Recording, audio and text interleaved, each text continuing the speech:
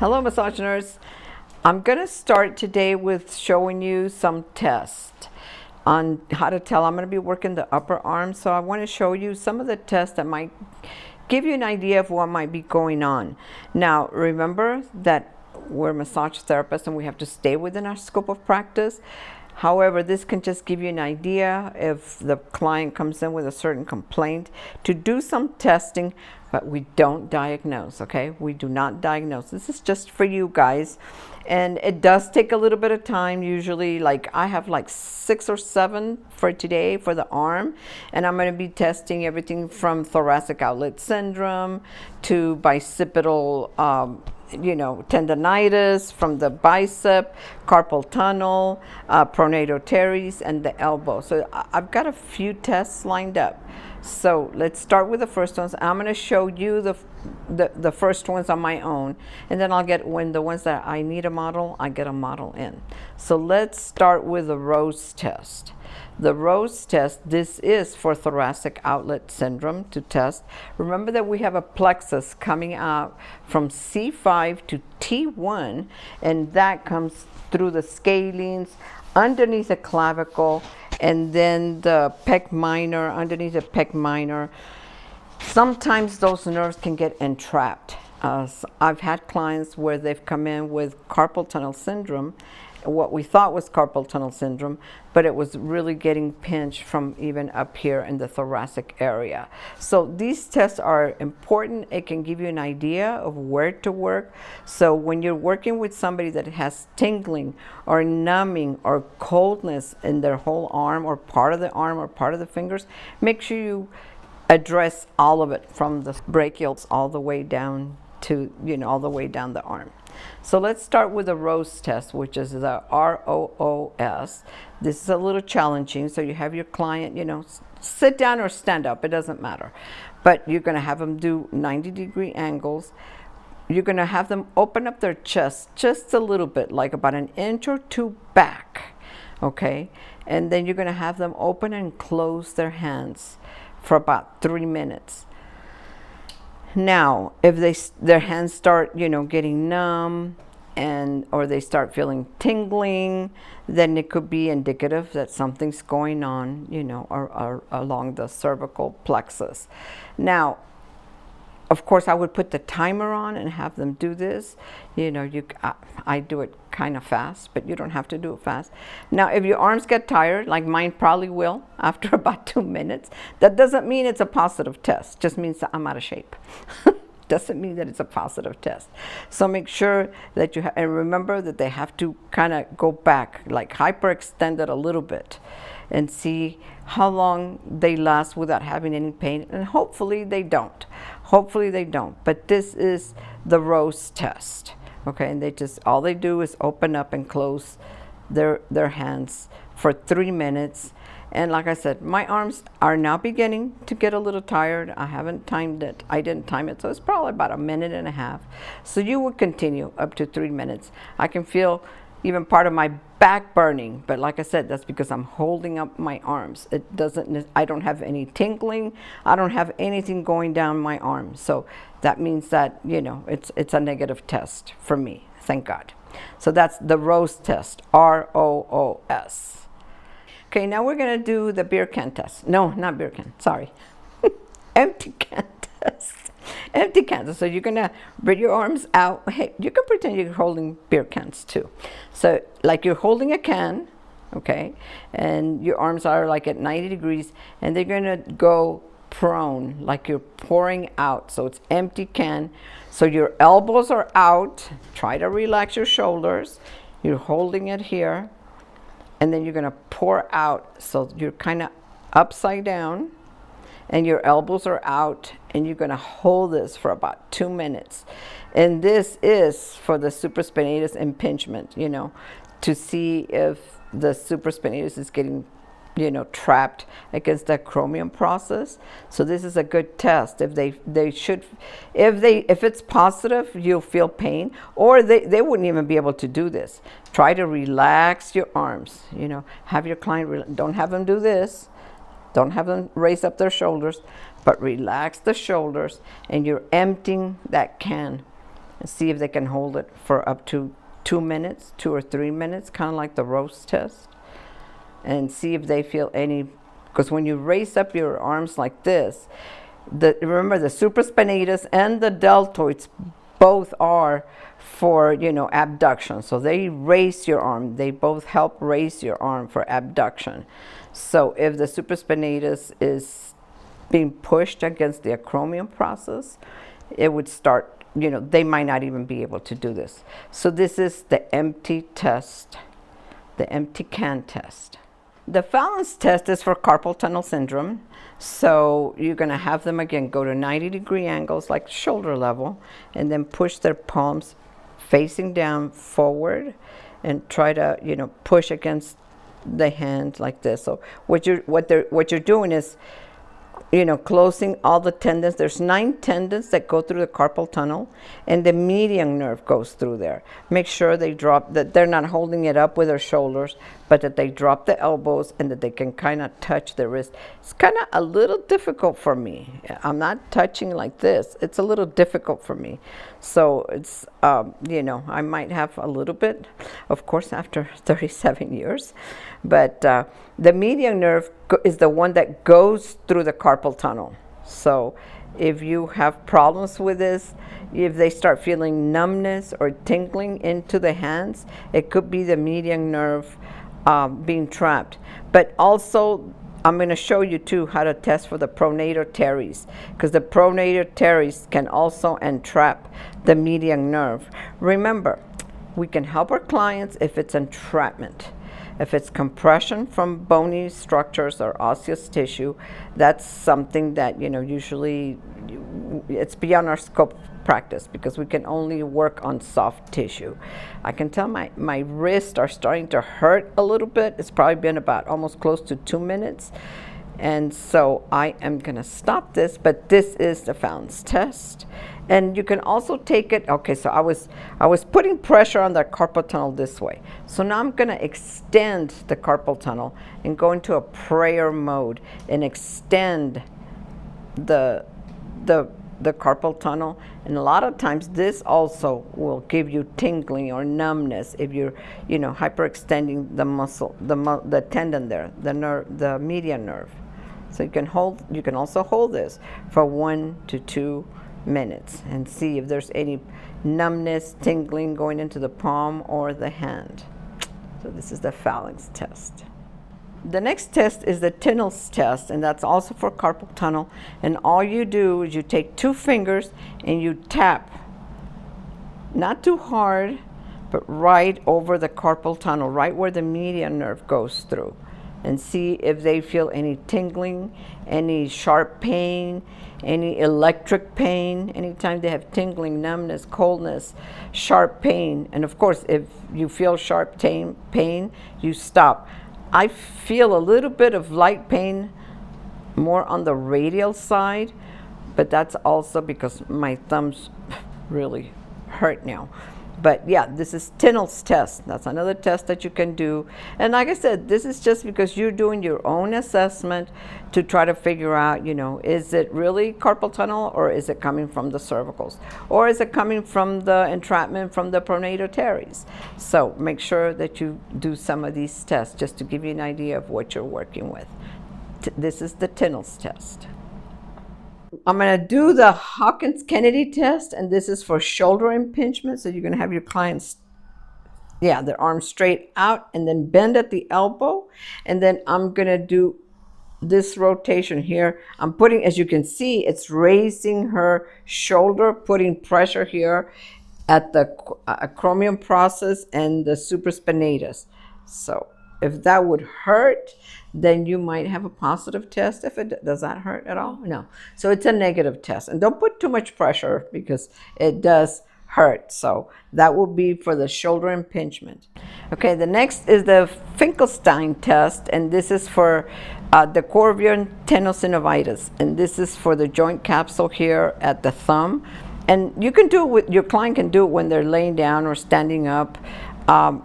Or I'll show you in the video how I do it while I'm working on them. So what you do is you have them put their thumb and then cup it with the other fingers, and then extend the arm, and then point it down. You're pulling on the two tendons of the abductor pollicis, and the extensor pollicis longus. So when you're doing this extension, and see how long, or if it hurts. Like on me, it hurts. It hurts because I do have decorvian tenosynovitis. I can't use my thumbs very much. So you can do, you can have them go up and down, to see how it feels. I can do both. Definitely my right side hurts more. And the client can have their hand just hanging off the table a little bit and have them do that. And you can also put a little bit of pressure. Like if I was doing it on my client, I might push it down a little bit to see if it is actual, if it really is actual pain. So this is the Finkelstein test, to test for decorvian tenosynovitis. And remember, itis means inflammation. So the crossover test is the arm's going to be straight and then bend at the elbow, and then you're going to push on the triceps and see if this motion here will put any pressure on the shoulder. Does it hurt anywhere? No? Okay. So you push at the triceps, and you're trying to bring it across as far as you can. The crossover test, to see if there's any impingement here on the supraspinatus or any of the tendons here. So next is the Speeds test. You're going to put their client's going to put their arms supinated at about, not at 90 degrees, but a little bit more like 45 degrees. And then you're going to press down. So the next one is the Speeds test, and this is for bicipital tendonitis. You are testing the long head of the biceps that goes into the glenohumeral joint. So you're going to have your client extend their arm like at a 45-degree angle, and you're just going to press here with two fingers on the wrist, and they're going to resist. And was there any pain there? Okay. So try it again 2 or 3 times. Just resist for 2 to 3 seconds and see if there's any pain. So this is more like at a 45-degree angle and pushing up, because we are testing the long head of the biceps. Remember, the biceps is also a supinator. So the hand must be at a supinated angle, and then you just press down. So next is the pronator teres test, and this is to test the pronator teres. So you're going to like shake hands, and their elbow's going to be bent. You're going to put pressure right where it originates, and then you're going to you're going to be supinated, and then you're going to pronate and extend at the same time. So it's from the supinated, you start supinated with the hand supinated, and then you pronate it yourself, and then turn it down and see if there's any pain anywhere there. And you extend the elbow as they pronate. Now you can move down more to the belly, so the elbow's bent. And then as they extend and pronate, you put pressure on there, see if it hurts anywhere along the flexors here. I'm going to turn my hand. So you start with the elbow bent, and then as you pronate, you extend the elbow. Was there any pain in any of them along the way? No, nothing. Okay, so now I'm going to go more or less to where the insertion of the pronator teres is. So the elbow's bent for now, supinated, the hand is supinated, and then as they're going to pronate, you extend the elbow and see if there's any pain along that path from the pronator teres that originates at the medial, and then it goes to the radius. So you're testing for the pronator teres. So those are all the tests that you would be doing to see if there's any entrapment of any of the nerves, all the way from the cervicals all the way down to your wrist.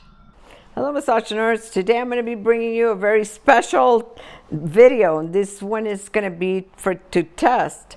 Look at this beautiful artwork. The cervical plexus. The cervical plexus is a plexus of 5 nerves that come through from C5 to T1, and they all go down the arm. Well, no, not that they all go down the arm, but they are all for serving the arm, sending sensations to and from the arm. You've got the musculocutaneous nerve for the biceps brachialis and the coracobrachialis, and then the radial nerve for the triceps, and the ulnar nerve runs on the ulnar side, the radial nerve on the radial side and top of the hand, and then the median nerve through the carpal tunnel, and then the axillary nerve. As you can see here from the drawing, is all these nerves come out from here, and sometimes they get trapped between the cervicals and below the pec minor. I'm sorry. The pec minor is known as a nerve entrapper because it can entrap some of these nerves, and also the scalenes the scalenes anterior and scalenes posterior, and it goes under. The nerves go underneath the clavicle. So this is what we're so the test that we did before that that you saw before this are to see whether the entrapment is coming from the cervical, from the shoulder, from the elbow, from the from the wrist. So make sure you do a very thorough medical history and investigation so you can treat the whole arm. And this would probably take me about an hour if I have a client that maybe has thoracic outlet syndrome. And thoracic outlet syndrome is when it's the nerve plexus is being trapped between the pec minor and some of the scalenes, and the client's feeling, if they feel numbness or tingling or coldness or even sharp, like electrical sharp pains, then more than likely it is the nerve that's being entrapped. And remember, we can't diagnose, and we can only help our clients if the muscles are entrapping the nerve. But if it's osseous tissue, if it's compression from a bone, from maybe herniated disc or stenosis or whatever's going on, that's beyond our scope of practice, and that's usually for the for the medical doctor to diagnose and treat. So I'm going to show you techniques to work the whole arm. I'm only going to be doing supine today, but you can treat the same muscles, sideline and prone. So try to get them from different areas. So thank you, Andy, for being our model today. I am going to start, with some myofascial techniques, just kind of warming up the tissue. I don't have any oil. I don't use oil when you are doing some of the myofascial techniques, and this is just to warm up the muscles, and also some skin rolling. So I do long strokes all the way up. I'm using the palm of my hand. I'm putting a little bit of, not pressure, but just holding her hand here at the wrist so I can glide with my hand, with the palm of my hand all the way up. The brachioradialis, the extensors, remember the extensors are on the side where there's hair, even though she doesn't have much hair, but the extensors are on this side. On the posterior side, if you are in anatomical position. So I'm doing, and then if I turn her hand supine, then I can go to the flexors. And I'm just going from the wrist all the way up, even here to the golfer's elbow, all the extensors. I can see her hand moving a little bit because I'm getting the flexors here on this side. And I can also do, I can't use my thumbs too much anymore, so I kind of go between both of my fingers, just kind of squeezing here. The brachioradialis, which is the brachioradialis muscle, is the one that separates the anterior from the posterior, so it separates the flexors from the extensors. So I just kind of doing a little bit of, just lifting the tissue here, trying to get some of that myofascial release, because sometimes the fascia sticks like glue and it doesn't let too much circulation go through there. So I've done, even I can do some separating the tissues here. And I spend just a couple of minutes, warming up with myofascial techniques, and also some skin rolling.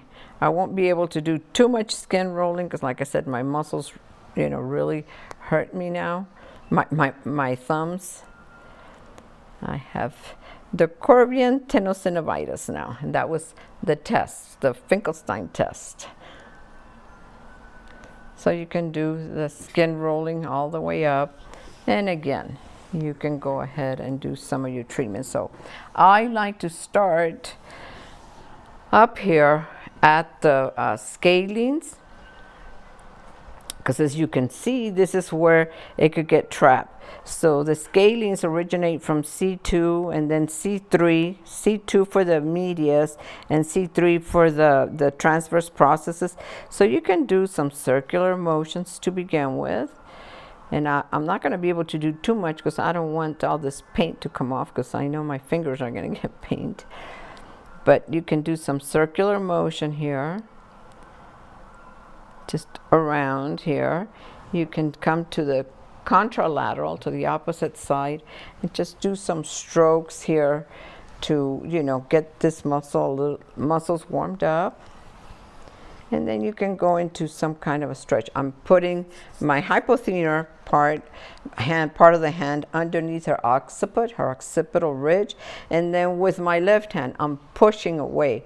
So I'm trying to just create, opening up that space a little bit more, creating some space there where maybe the clavicle or maybe the cervicals have been, you know, or the muscles have been pulling. The scalenes originate from here and they insert on ribs 1 and 2. The anterior inserts below the clavicle. This is the clavicle here. We drew her clavicle, and it inserts on the first rib right below the clavicle. And the medius, it's a little too far out, but it inserts on also on the first rib, and then the posterior inserts like on the second rib, but that one's really, you know, a little bit too far back. But you can do some squeezing here, or you can do between your fingers. This is what I like to do. Between my fingers here, trying to release some of these scalenes, I do some gliding from the insertion to the origin, and then from the origin to the insertion, you can do some gliding. And remember that if you find a trigger point, I usually find trigger points even here on the, I'm gonna bring her head back so it's not so taut, so it's not pulling the muscles so much. And usually, remember, trigger points are usually in the belly of the muscle, because it's the thickest part. It's the one that does all the work, so it gets tired. I feel a little tension here. Is that hurt, Andy? A little bit. A little bit? On a scale from 1 to 10, what number would you say that is? 2. Like a 2. So it's not too bad. So I would just hold it there, maybe do a little bit of static pressure. Remember, trigger points you only hold from 8 to 12 seconds. And up to no more than 20. You can always go, when she goes sideline, you can always treat it again.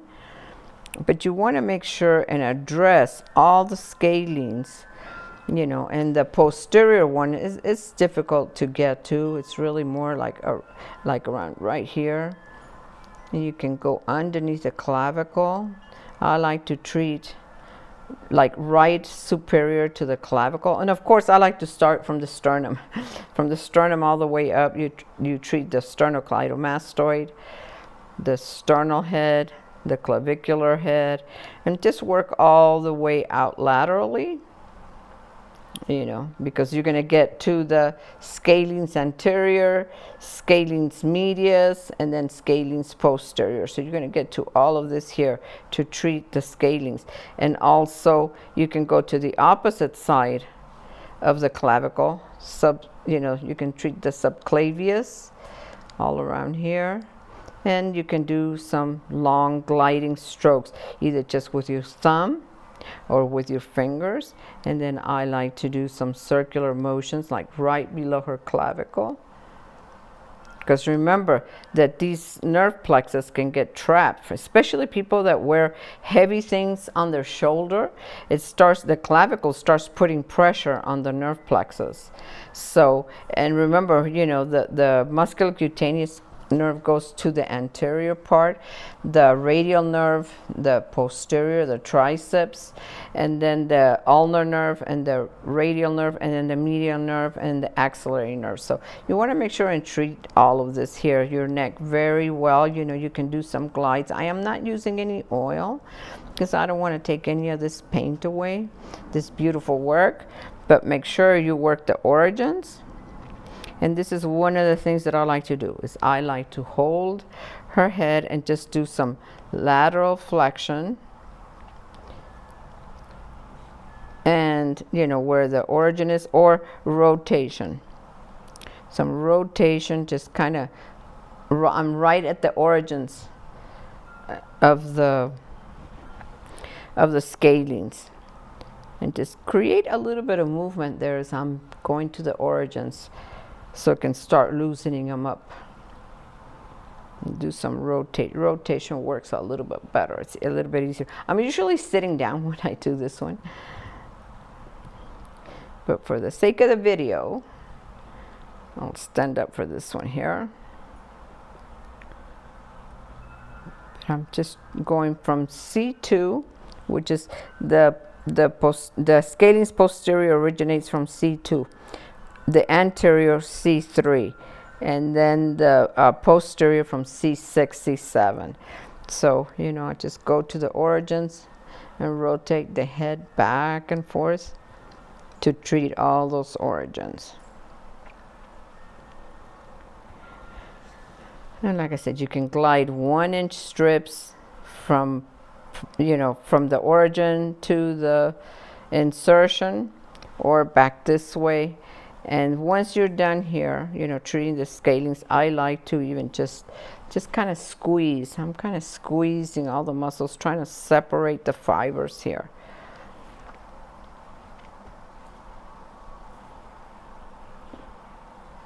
You can go to the same side.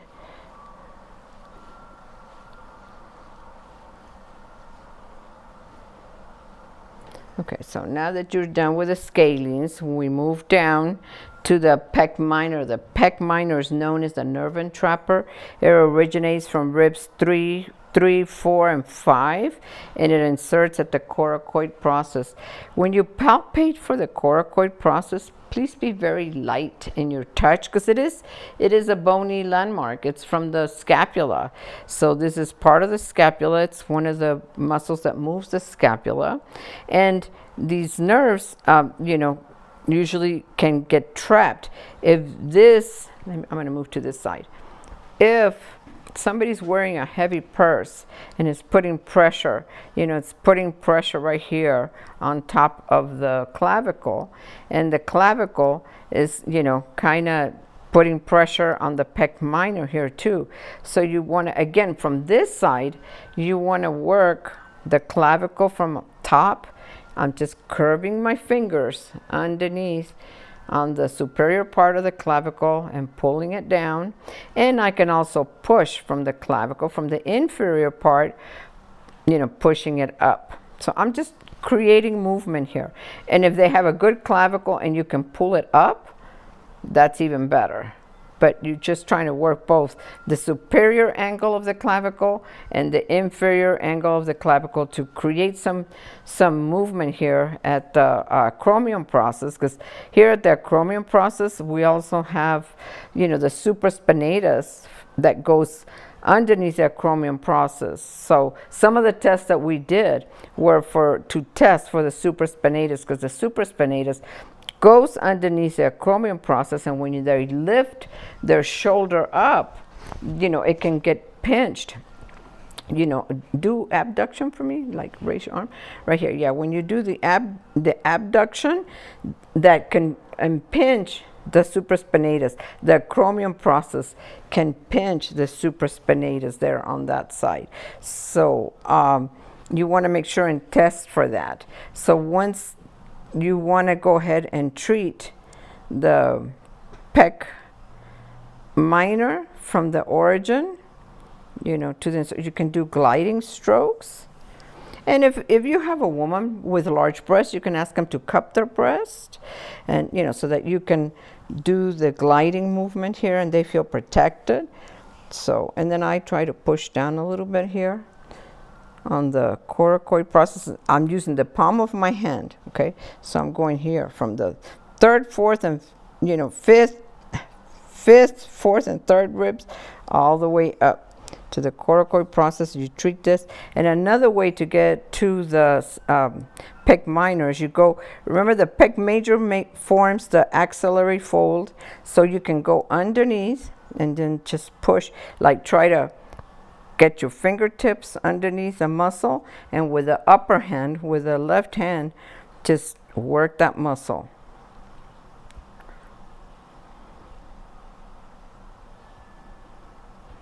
And if you find a trigger point, actually there's a common trigger point, the one that comes from the fifth rib.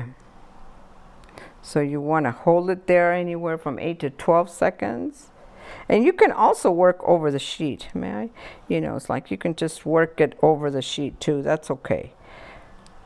If the person feels more comfortable, that way you don't dig your nails in there. Make sure you're using your finger pads, okay? That you're using finger pads to work the pec minor. But the pec minor is known as a nerve entrapper, so make sure you release that. Okay, so now we are going to move to the brachium. Brachium is the arm. The antebrachium is the forearm.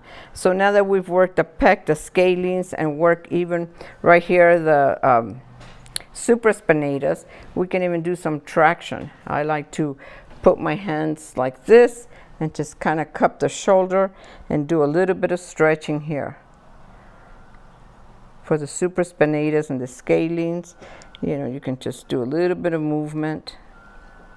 You're trying to create movement on all the joints to try to get the muscles to release. And these are gentle strokes. So you've kind of treated from this angle the supraspinatus, the scalenes anterior, medius.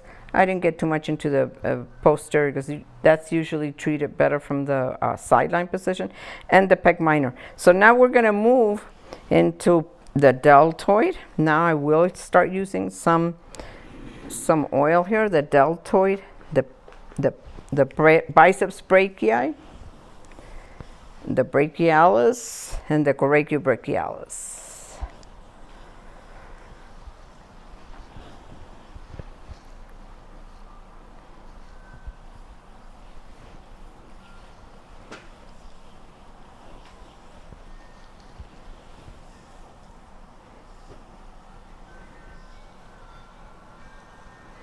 Just warming up the muscles here. I'm feeling the deltoid inserts right here at the deltoid tuberosity and the humerus, and I check to see if there's any trigger points. Anything here, Andy? No, nothing there. She's got good.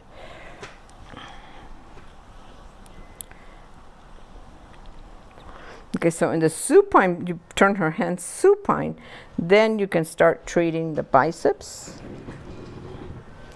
And the biceps is more superior. The brachialis is underneath the biceps. So the brachialis is underneath the bicep, and her hand has to be in the supine position. And then you can just work the muscles in between your fingertips here, going all the way up. Now, with the speeds test, you were able to see if she's got, if she could have bicipital tendonitis. The long head of the biceps inserts at that glenohumeral joint. So the speeds test was to see if maybe she had some bicipital tendonitis, which is the long head of the biceps. And the short head of the biceps originates right here at the coracoid process, along where the pec minor inserts. This is also the origin of the short head of the biceps. So you want to, like I said, palpate like about an inch, like a few, not even an inch, just like a few finger widths below the coracoid process, so that you don't, it's not sharp against the tendon of the biceps there, but you want to treat. Now, I'm not going to get too close because the paint is coming off. So, but you would treat the tendon, the origin of the biceps, the short head of the biceps, the long head of the biceps goes into the humeral joint, and then it, it comes here. So you want to treat the whole muscle. You can put your fingers and roll it between your fingers, and you can also grasp and lift and separate the fibers, cross fiber. Another one that I like to do is I put their wrist at my waist, so I have control here. I can extend it or shorten it here, but I put their hand at my wrist, and then I lift it a little bit and go up the biceps. And I can also treat the brachialis at the same time, because the brachialis, okay, that's her brachialis right there. I'm below the biceps, and I can treat her brachialis right there. And so I am really just grasping her muscle right there, the belly of her muscle. Usually there would be a trigger point right around here and here. This is a little tight. Does that hurt, Andy? Yeah. Yes. Yeah, relax your arm. Yeah, there you go. So I can feel it. Is that pressure good? Mm-hmm. Okay. So I would use some static pressure there for, 10 to 12 seconds if it's acute, up to 20 seconds if it's not releasing. Then I would come back from another side. For chronic, some people go up to 30 seconds, which would be okay. But I've done some very specific work on the biceps, the brachialis, and the coracobrachialis too. It also originates at the coracoid for the coracoid process, brachialis. So you want to go, you're treating all three of these muscles that get innervated by the muscular cutaneous nerve. And then the triceps, it's kind of difficult to get to the triceps here, but one of the ways that you can get to the triceps is if you, bend their arm back and just treat the triceps from here. The triceps is the whole posterior part of the forearm, of the arm, the brachium, not the forearm. So this is the innervated by the brachial nerve. You have access to the elbow, and just to grasp, or again, I can put it, just hold it and just either extend it a little bit and work the triceps from back here, or glide. I can do 1-inch glides, or I can do my whole, just like a seat clamp, and just glide down the triceps.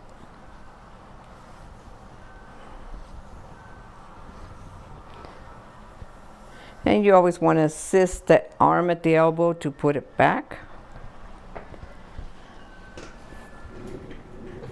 So we've worked the triceps. I like to do some figure eights here with my soft fist. And if you find any trigger points anywhere, remember that the long head of the triceps, I'm going to have her arm go this way.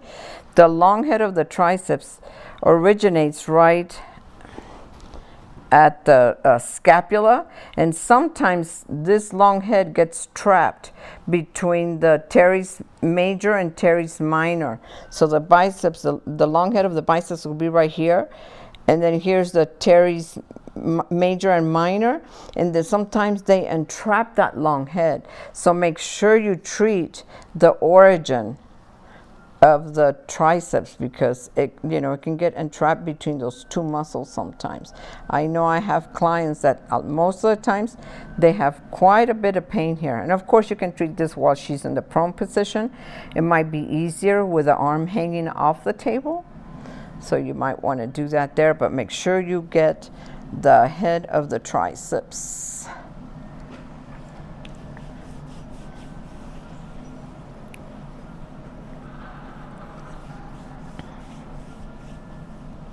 I keep forgetting and I keep going high. Your artwork's going to be smeared.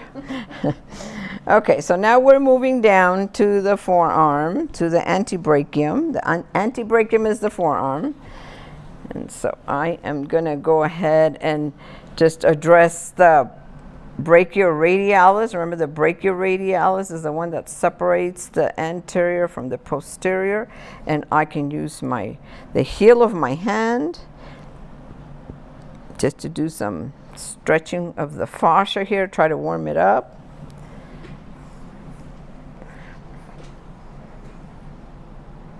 I'm not used to working sitting down. I usually work standing up, except for when I do the neck work.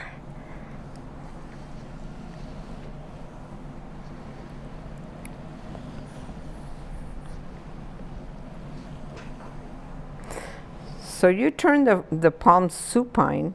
When you start, I use the C-clamp and I start working down the arm from the wrist down. I'm just trying to feel how her flexors feel and trying to release some of that pressure from the flexors. Sometimes these if you have someone that has carpal tunnel, you definitely have to work the flexors. You can do some cross fiber here all the way down. And while you are here, you want to work the golfer's elbow. You have five attachments here.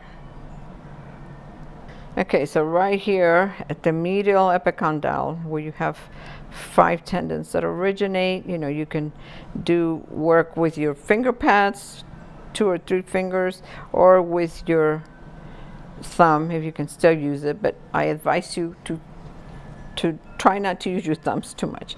Then while you're here, you might as well go to the lateral epicondyle for the tennis elbow, where you have the extensors. You have 6 extensors that originate here at the lateral epicondyle, and then they come across here. So you want to make sure and work this. And if you find a trigger point, which I find a lot of trigger points, especially on massage therapists, or that one hurts, huh? On a scale from 1 to 10? Probably like a 3. It's spicy. Okay, yeah, this one. So I would just hold that pressure from anywhere from 8 to 12 seconds. Let me know if you feel it like letting up. Usually, when it's acute, you usually feel it within the first 10 seconds. Right there, it starts feeling better? Okay. So then I go back and I soothe over it. But remember, you have 6 extensors that originate here at the lateral epicondyle. So we've treated the tennis elbow and the golfer's elbow. And now I'm going to go to the pronator teres. So it's like you're going to shake your client's hand. The pronator teres, it's one of the ones that originates at the medial epicondyle, and it inserts at the radius. So it goes across like this. So what does pronator mean? Pronates, right? So I'm going to pretend like I'm going to shake your hand, and I'm going to start here, and then I'm going to pronate. And actually, you can have your client pronate. So go ahead and pronate and supinate. And I'm just going to work down that muscle, because remember that this is the muscle that can entrap the median nerve. So, okay, I'll go back to where it originates, and then just, let me see, relax your arm like this. You know what? This is where I need a little towel. Okay, so then pronate and supinate. And I'm just going down the way the pronator teres goes. Is there any pain there, Andy? Tight. It's tight, yeah. Right there, yeah. Right at the insertion. It's pretty tight. Okay, leave your hand supinated there for a minute and pronate just a little bit. Right there. I can hold it there, and if I should really be doing it with the palm of my hand. And you want to put a little towel underneath, because if not, this puts too much pressure on the elbow. But she had some stuff going on here where the pronator teres inserts, and this muscle can entrap the median nerve coming down. So make sure you work this muscle from its origin at the medial epicondyle to its insertion here on the radius.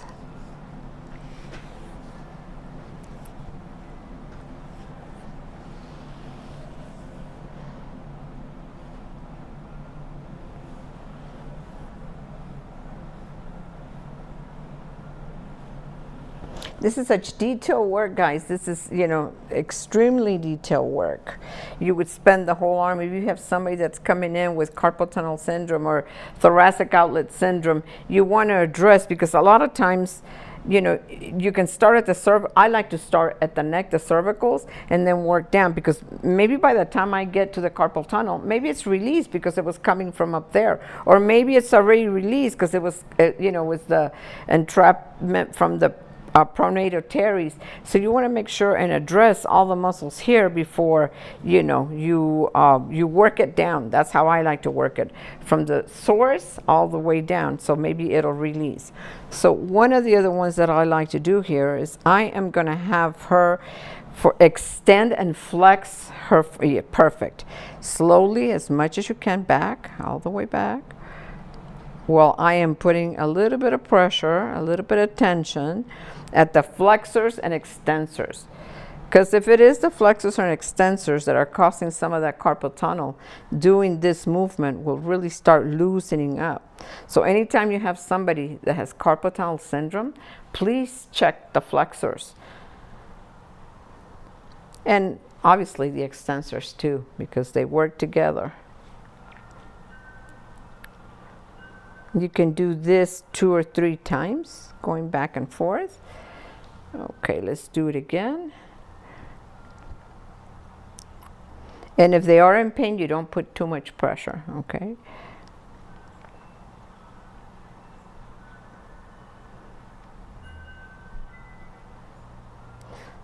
So after you do this movement 2 or 3 times, then I'm gonna ask her to go to radial deviation and ulnar deviation.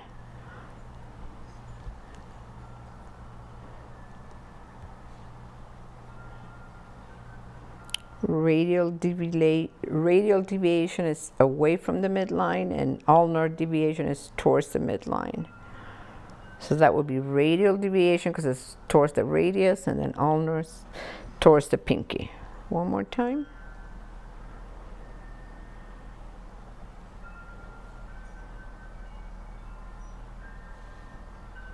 So you do each of those 2 to 3 times. If they don't have any pain, then you don't need to do it, you know, more than twice, but 3 to 4 times for people that are having pain. Another one that you can do, even here with the Finkelstein test, is have them put their thumb, and then have them go medial and like radial and yeah, okay. And this will really stretch. See, it's stretching the tendons of the extensor pollicis longus and flexor. Did that hurt a little bit? No? Okay, now do medial and radial deviation. Okay. It's a little harder. But this can really help if you have their thumb tucked in like that too.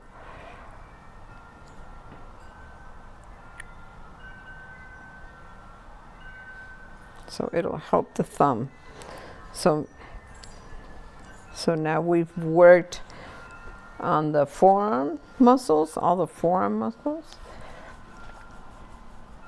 And it's always good to have like a little support here so that their elbow doesn't get hurt there. Okay, so now we're getting down to the hand. And I like to do some movements with the hand to kind of give me, you know, some idea of where there might be constrictions of the hand. She can do pretty good flexion and extension of the hand. And she can do a little bit of movement, which there shouldn't be too much movement here, but there is some movement, so that's good. So, you know, I just like to feel the hand, see how she's doing. And I am going to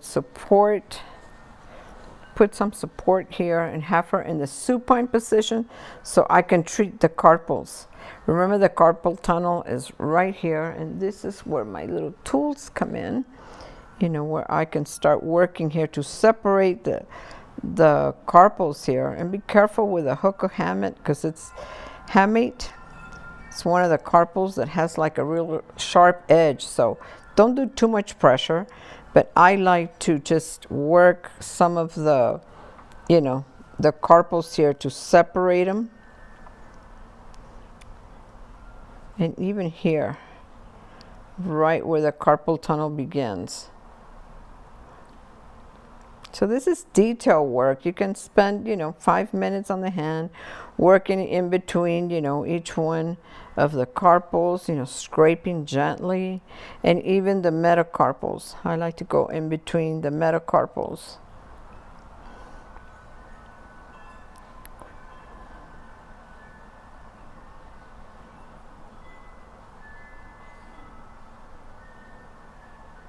And then right here at the web, the pollicis adductor, especially people that, musicians or people that work with the hands a lot, this muscle here is really tight. So make sure that you work the hands, separate those carpals as much as you can. Work the hand and work each finger.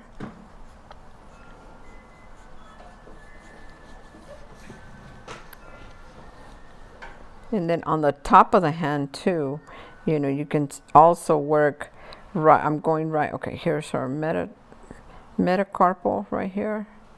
Metacarpals are where the carpals are. Okay, on top. And just be gentle with this kind of work here. But you're treating in between each of the metacarpals here. And the top of the wrist. Cross fiber, the styloid process of the ulnar, and the radial. And then you would work each one of the fingers too. Don't forget about the fingers.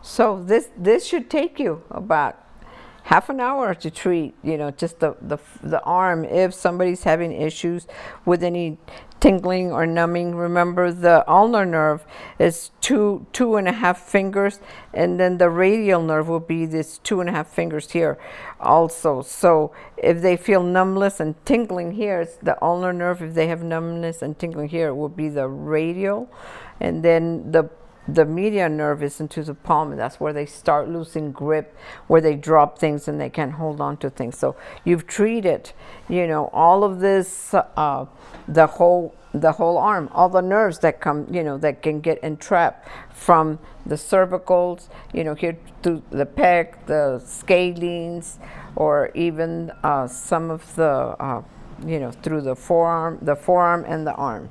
So make sure you tie it all together at the end and give your client some strokes that will soothe it, because this is intense work. Separate the fibers here. And you can do some jostling. Make sure the arm is nice and loose at the end. You can do it at the beginning and at the end, and you will see a difference, because I know I do jostling at the end and at the beginning, and boy, what a difference. I forgot to do it at the beginning, but it really makes a big difference. So once you're done, I have the CBD cream that I use. People that have pain, especially, they might be a little sore. So this little pots, you can charge up to $10. It's an upgrade for your clients, and it's CBD. It's actually very good, and it's got Palo Santo in it, but especially in areas where they might have pain. It'll really help them feel better. It smells delicious. I love the way it smells. It smells good, huh? And then what I do, if I don't use all of it, then I just give my client the rest of it. But this is a good way to end your massage, and you can upgrade by $5 to $10, for your clients to feel better and help them feel better. And I also like to, if there's time, you can use the washa to kind of create some vasodilation.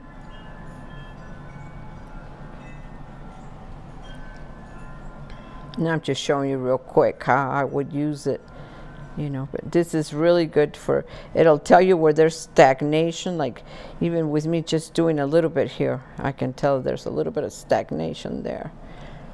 So if you're going light, you can do it down.